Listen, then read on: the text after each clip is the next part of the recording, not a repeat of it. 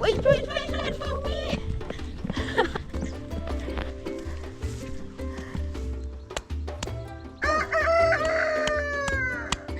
You have to make sure you tether them nicely, because if you don't, they're gonna wanna wiggle themselves out of it and go. Yeah, the chickens just woke up and go eat the neighbor's farm.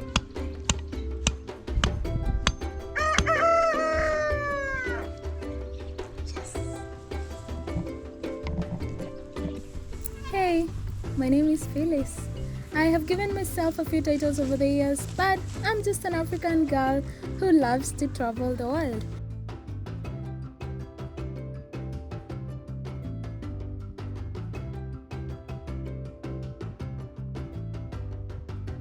This is my village where I grew up.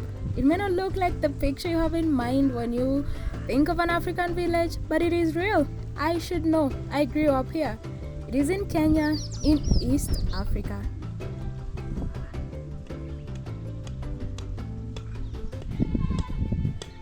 The first country I ever visited outside of Kenya was Rwanda. I was 22 years old, had just graduated from college, and I didn't even have a passport. I met this girl at an East African conference in Nairobi, Kenya, and she invited me to her wedding in Kigali, Rwanda, where she lived. And even though my family and friends thought I was crazy to go to a new country where I didn't know anybody except this girl I met for only a few days who happened to invite me to her wedding, a month later, I was in Rwanda. This was the first time in a new country and first time on a plane. And it was the second of 52 countries that I visited. This would later be one of the best memories I ever had and one of the bravest things I've done. And it would contribute so much to my future. I didn't know it yet. That trip to Rwanda was a reawakening of a dream I always had. I knew I wanted to travel the world, but it wasn't gonna be that easy. When I came back from that trip, my life really started. Good jobs, bad jobs, toxic workplaces, fast salaries, bad salaries, good salaries, debts, bad debts, relationships, friendships. All that happens when you really start in your life. Well, it happened to me. They do not always obey. They're goats. Well, sheep, but you get my point.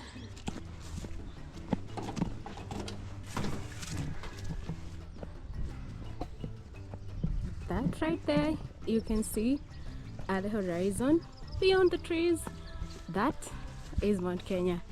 Yeah, I grew up seeing Mount Kenya every day. And when I was younger, you could actually see the snow a little bit at the top. I think it's too sunny to see right now, but yeah, this is Mount Kenya.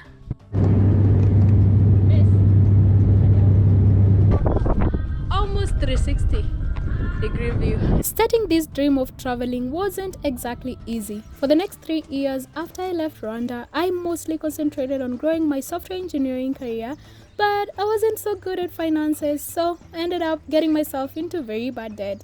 However, because I still yearned to travel, I snuck in some local trips in Kenya, and once in 2018, I visited a friend who had relocated to Uganda for work. Within that period, I also started my master's degree and I became a graduate assistant at the university. In 2019, I got fortunate enough to be part of an all-expenses paid trip to Tanzania for competition where we actually won second, yay us. And later that month, I got to chaperone a school trip to Europe. This marked my first time out of Africa.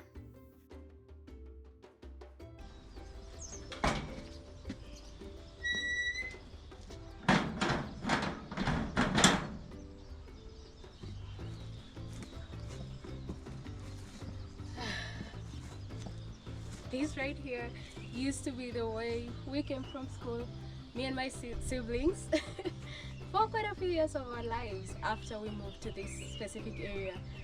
Of course, it's super different. None of the trees were here. You could see that electric massive pole, and even because a pole, you could just see it exactly. And there's this picture that my dad took of me and my brother, and it shows you exactly how it was. So a lot have changed. It's amazing, right? Sometimes we tend to lose, you lose sight of who you are and where you came from. And when you're fed by your environment, you go to all the places I've been. Sometimes it's so easy to lose track of the simplicity, the origin. So yeah, growing up, I had a pretty simple childhood. Me and my siblings, see, we got big, but we were raised here. We watched the trees grow. But my dad used to own a camera, and all these pictures, he's the one who used to take. We've got a lot of albums. And come to think of it, maybe that's where my love for photography started. He actually gave me the camera to go with it to school one time, but I wasn't so good, and the people I gave, this is actually me. You can see me because the people I gave weren't as good either with the camera. Remember those cameras I used to have like film, and then you'd have to have it processed later? Yeah, so this was a school trip, but you can barely see anything. Yeah, I am here somewhere. Yeah, so that's where I got my love for photography. My dad used to also take us to these trips in a lot of cities in Kenya.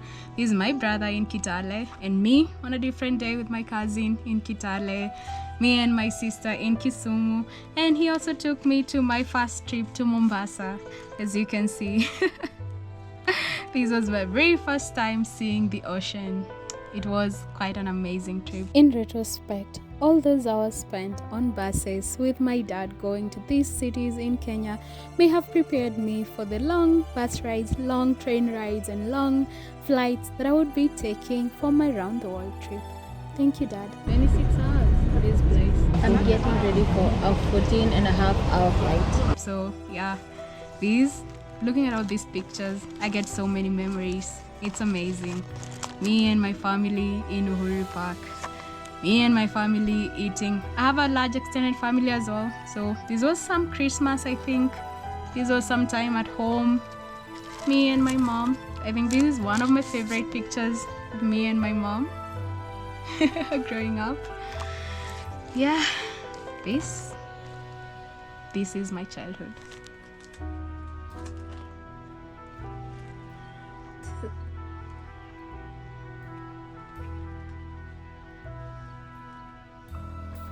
In 2019, after graduating with my master's degree, I was accepted into an exchange program in Sweden, and that experience changed the trajectory of my life forever. Armed with a Schengen resident card, I was able to visit other countries in Europe. At first, I started with group trips that included weekend cruises to Finland, night buses to Denmark and Oslo, and a week-long cruise to Russia and Estonia. But eventually, I ventured out on my own and traveled solo for the second time in my life, this time to Greece, Acropolis. But it was when I went on a 3-week solo trip across 6 countries and 10 cities in Europe that I truly discovered my passion. Going from one country to another, not spending too long but spending just enough time in one city before you hop on a bus, a train or flight to the next one. This is what I wanted. So today marks the last official day for my trip, and it's been one of the most amazing experiences I've had in my life. After my exchange program was over and I came back home, not only did I know for sure I wanted to travel the world, but I had also found exactly how I wanted to travel the world, and nothing could stop me. I started working remotely, got a handle on my finances, paid off my debts and made proper arrangements for the others, and it seemed like my dream was finally about to be fulfilled. So yeah, this is how it is growing up on a farm. Everything, you get it from the farm. See? And I dropped one.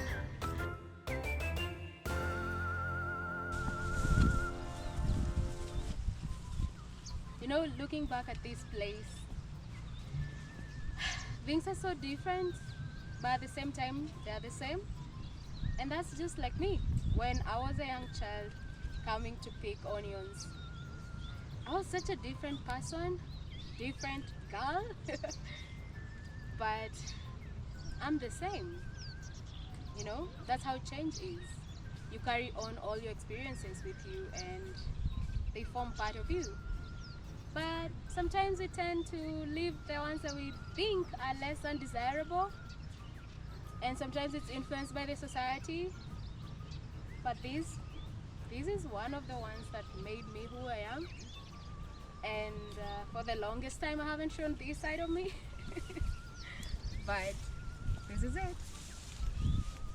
This is me. As soon as I got ready to follow my newly found passion, COVID-19 lockdowns happened. And we all know how it went, so I don't need to rehash that for anybody, right? But I wasn't about to be slowed down. As soon as the borders opened, I started traveling again, although this meant countless PCR tests, rapid tests, and quarantine hotels. But it was all worth it for the dream. You gotta love this. Starting my solo trip, and I don't know, I'm excited, scared, exhilarated, again scared, but okay. But now that I have to quarantine and I can't get out of my room, I think that feeling of being a prisoner.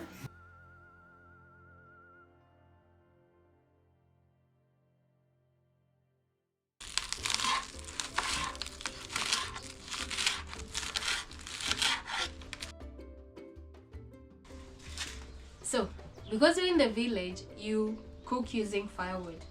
So the fire was already lit. Usually I'm really poor at it because when we came here, we actually used to use what we call a jiko and charcoal.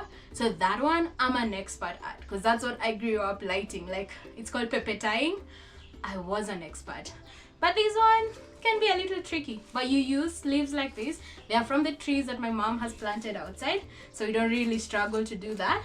When there were no trees, when we just came here, we actually had to go to the neighbors to look for them. So that used to be one of my duties as a kid. So you place them like that. Oh. And then you use like the tiny pieces of firewood. Like that. Oh.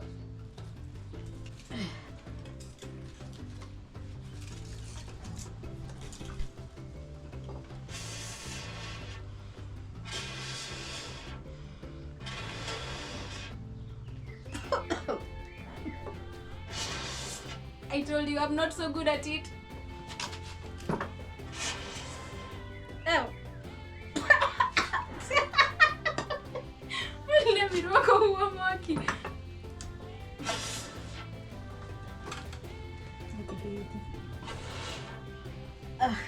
Yeah. So my mom is actually telling me to light it with a match.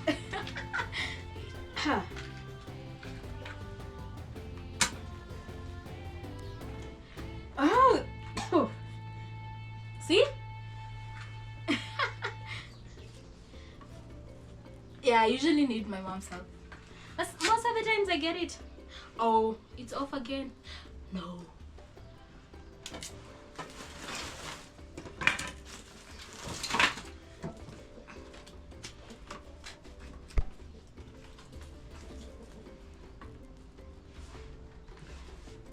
And there you have it. So we actually have gas cookers and stuff, but because the firewood is readily available, we have a lot of trees outside. My mom actually prefers to use firewood, plus she says it cooks better and faster.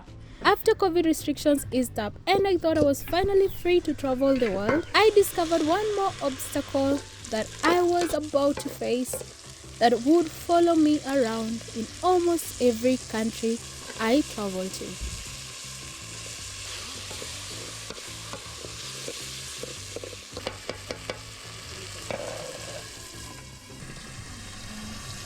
This is a map of the world my friend Yuki sees when she travels with her Japanese passport. This is the map of the world when I travel with my Kenyan passport. I will soon discover that even though a country was visa-free for me, as an African, I still face so many scrutinies, and this meant countless hours at immigration desks and check-in desks, and way too many tears in airports and in planes. For example, in the Philippines, despite it being visa-free for me for 30 days, they handed me over to another officer for questioning. In Malaysia, I delayed the bus for more than 20 minutes as I was being interrogated by immigration before they let me into the country. In Cambodia, I was surrounded by 6 officers as they all read my documents and asked me questions and eventually made me withdraw 500 USD before they could stamp my passport to prove that the money was mine. In Hong Kong, I was interrogated for more than 45 minutes where I had to show my work contract, pictures of me in other countries, my employer's website, among other many documents I had to prove that I was real. In Bolivia, I was surrounded by about 7 officers and they interrogated me for 2 hours and I ended up missing my connecting flight to the final destination. In Russia, 2 immigration officers questioned me before they called a police officer and I really thought I would be arrested. And the same thing happened on exit too. But good thing they called the same officer, so he recognized me and they let me go. As I exited Hong Kong, I was nearly denied boarding and the whole process was so rough on me that I ended up breaking down at the airport, crouching down, tears streaming down my face. My mask was completely soaked and I cried for the next few hours on the plane. In Barbados, they refused to allow me entry until I bought a round trip back to Kenya, even though I proved that I was on a Caribbean tour and I did have a plane ticket to the next country. I ended up staying at the airport for 2 hours because the internet was so slow and I needed to book like 3 or 4 tickets that would take me back home. This was one of the most unexpected ones because in the Caribbean, everybody was so welcoming.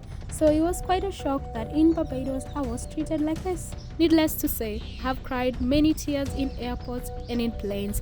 I have way too many jitters before I arrive at a destination, and this is just the reality of traveling the world as an African with an African passport.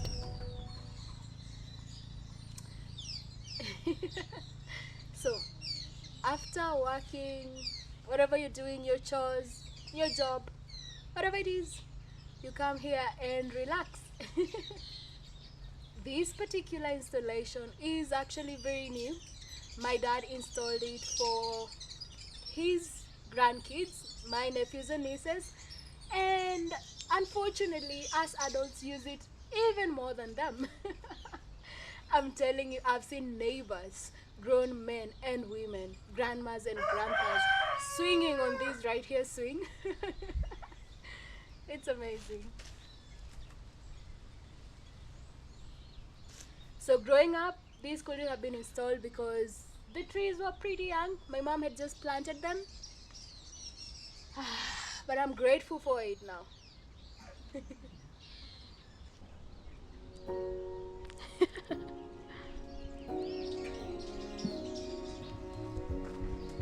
Take me on a treasure hunt. I long for something new. Have you heard the phrase when they sing and dance? Oh, I wish it was me. Beyond all the trouble I faced at immigration, I still keep going because there's not a single country that I've been to I didn't experience something extraordinary once I left the border. In the end, I have found the kindest people, the most beautiful places, and when I travel, I feel closer to God and His creation. So I keep going. I want to see this world that God has made. I want to discover compassion, and I want to show you all these wonderful places, wonderful people, and I want to let you know that there is so much kindness and beauty in the world. When I first thought of traveling around the world, I thought travel was all about 5-star hotels, luxurious destinations, and very expensive places thanks to the world of Instagram. However, through my travels, I realized that just like my village, growing up here with the simplicity of life, the travel I fell in love with is just as simple. There is joy in small moments, laughing with strangers, laughing with newly found friends, long bus rides, local transport, meeting kind people, making friends for life, and embracing the beauty in our differences. So yes, you can call me a digital nomad, a world traveler, a software engineer, but in the end, I'm just an African girl with a dream to visit the whole world. And I am inviting you to come along with me for the journey. My journey will still have obstacles. I am still an African girl traveling with an African passport. I'm still traveling the world with what is classified as a weak passport. I still have to struggle with being African and the bad image Africa has been given in the world out there. I still might cry at some airports and have jitters on planes just before landing in new destinations. But because who is in me is greater than who is in the world, I am not afraid.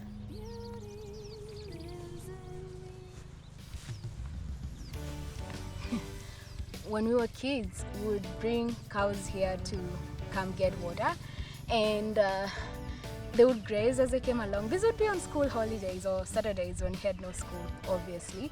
And it wasn't all the time, it was sometimes. So it wasn't something I did too much, but I remember doing it a few times. So they would graze as they walked along, and then they would come here and drink water, and then we would take them back. Yeah, and my mom actually had leased some extra piece of land somewhere up here, and would come to farm. I actually know how to farm. Okay, well, maybe I've forgotten. It's been quite a few years since I attempted to, but yeah, I could do it if I put my mind to it. So yeah, this place do have a lot of memories. It is fed by a spring, like it comes from the ground, and it feeds such dams, like 3 of them. There's one on that side, there's one here, and there's one massive one on the other side. So yeah, but this is not the source of water. Drinking water is tapped from somewhere. It's supplied by the government. Mine is a dream coming true, one country at a time. And I want to tell you that your dream can come true too. You just need to take that first step and trust in God.